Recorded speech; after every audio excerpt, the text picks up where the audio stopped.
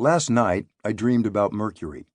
Huge, shining globules of quicksilver, rising and falling. Mercury is element number 80, and my dream is a reminder that on Tuesday, I will be 80 myself. Elements and birthdays have been intertwined for me since boyhood, when I learned about atomic numbers. At 11, I could say, I am sodium, element 11. And now, at 79, I am gold. A few years ago, when I gave a friend a bottle of mercury for his 80th birthday, a special bottle that could neither leak nor break, he gave me a peculiar look, but later sent me a charming letter in which he joked, I take a little every morning for my health. 80. I can hardly believe it. I often feel that life is about to begin, only to realize it is almost over. My mother was the 16th of 18 children. I was the youngest of her 4 sons, and almost the youngest of the vast cousinhood on her side of the family. I was always the youngest boy in my class at high school. I have retained this feeling of being the youngest, even though now I am almost the oldest person I know. I thought I would die at 41, when I had a bad fall and broke a leg while mountaineering alone. I splinted the leg as best I could and started to lever myself down the mountain, clumsily, with my arms. In the long hours that followed, I was assailed by memories, both good and bad. Most were in a mode of gratitude. Gratitude for what I had been given by others. Gratitude, too, that I had been able to give something back. Awakenings, my second book, had been published the previous year. At nearly 80, with a scattering of medical and surgical problems, none disabling, I feel glad to be alive. I'm glad I'm not dead. Sometimes bursts out of me when the weather is perfect. This is in contrast to a story I heard from a friend who, walking with Samuel Beckett in Paris on a perfect spring morning, said to him, "Doesn't a day like this make you glad to be alive?" To which Beckett answered, "I wouldn't go as far as that." I am grateful that I have experienced many things, some wonderful, some horrible, and that I have been able to write a dozen books, to receive innumerable letters from friends, colleagues, and readers, and to enjoy what Nathaniel Hawthorne called an intercourse with the world. I am sorry I have wasted, and still waste, so much time. I am sorry to be as agonizingly shy at 80 as I was at 20.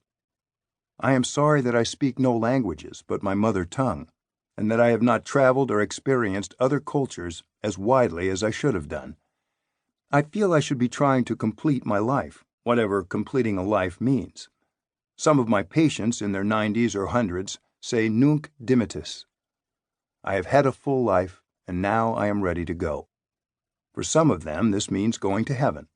It is always heaven rather than hell, though Samuel Johnson and James Boswell both quaked at the thought of going to hell and got furious with David Hume, who entertained no such beliefs.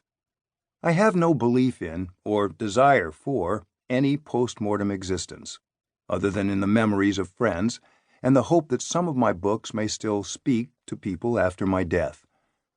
W. H. Auden often told me he thought he would live to 80 and then bugger off. He lived only to 67. Though it is 40 years since his death, I often dream of him, and of my parents and of former patients, all long gone but loved and important in my life. At 80, the specter of dementia or stroke looms. A third of one's contemporaries are dead, and many more, with profound mental or physical damage, are trapped in a tragic and minimal existence. At 80, the marks of decay are all too visible.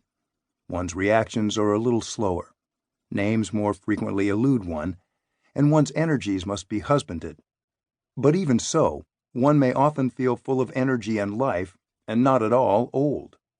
Perhaps with luck, I will make it, more or less intact, for another few years, and be granted the liberty to continue to love and work, the two most important things, Freud insisted, in life. When my time comes, I hope I can die in harness, as Francis Crick did. When he was told that his colon cancer had returned, at first he said nothing. He simply looked into the distance for a minute, and then resumed his previous train of thought. When pressed about his diagnosis a few weeks later, he said, "Whatever has a beginning must have an ending." When he died at 88, he was still fully engaged in his most creative work.